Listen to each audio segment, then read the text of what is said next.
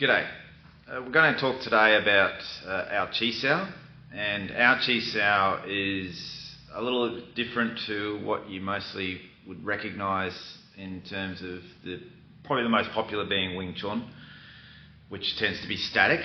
Our Chisau is much more dynamic. We move around a lot, and we tend to take it to a place where it carries a lot of our concepts and ideas for our higher grade training. For our initial level of Chisau, it is a basic coordination exercise. So simple hand movements and very simple leg work to start with, working with a partner. And as we develop, we can move into the ideas of continual movement, so we're focusing on both our hands and feet moving continuously, and part of that is then developing our sensitivity. So we don't want our feet to stop. So how we prevent that from happening is as soon as our hands feel any form of resistance or any sort of sense of disruption in the energy between the two practitioners, our feet respond. This sensitivity is really important. What it does, it allows us to stay in contact with our opponent, but not having to latch onto them with a grab or a tackle or anything like that. So we stay free, but still know what our opponent is trying to do. So that's a really important idea for us in terms of staying free and still performing. And so we can take that sensitivity level to a quite high degree in terms of we can have one of the people doing the exercise throwing punches or grabbing or trying to push, and the other person is trying to deal with those weapons. And we can take that to a quite high level. And when you see Jeremiah and I doing it, we're both doing Chisau, but we're still exploring certain ideas, such as the shedding idea, which is your itchy shirt and scalp, which is making sure you keep this shifting surfaces happening. So when you're getting in close to your opponent, you don't want them to be able to grab a hold of you.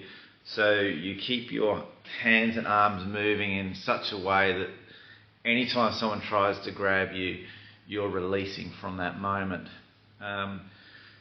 So that's indicative of what we try to do with our Chisau in terms of if there's a concept that we're working on, we'll try and bring it to the Chisau and see how it works. And that could be a one-on-one concept, or more importantly, a multiple opponent concept.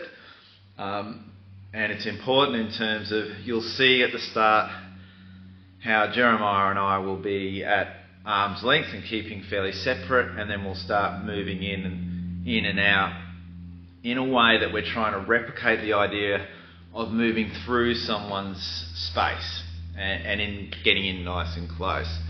There'll be other exercises that then extend past that, but Chisau is a really good exercise in giving us the idea about how can we move through someone's weapons without resisting them, so we don't get stuck, and we stay moving and we see what opportunities might arise from there.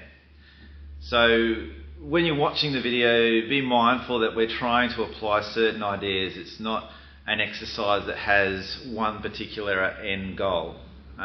We can bring anything we want to it within reason and apply it the way we want to. I hope you enjoy. If you have any questions, please leave a comment, and I'll try and get back to you. But otherwise, here's our form of Chisau. All right, thanks. All right, so as you can see, we've started off fairly low level energy and just mostly focusing on maintaining contact with our hands and arms. Jeremiah's moving in and out a little bit, and just trying to make sure that our feet are being responsive to what our hands are sensing, and as a result, our waist has to be engaged at all times.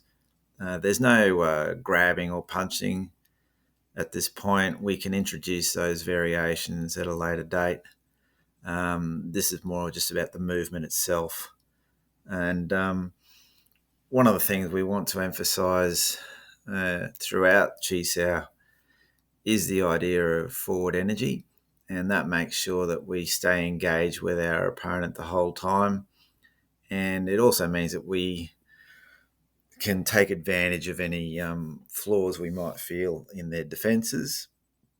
And also, it's a demonstration of our intent towards our opponent.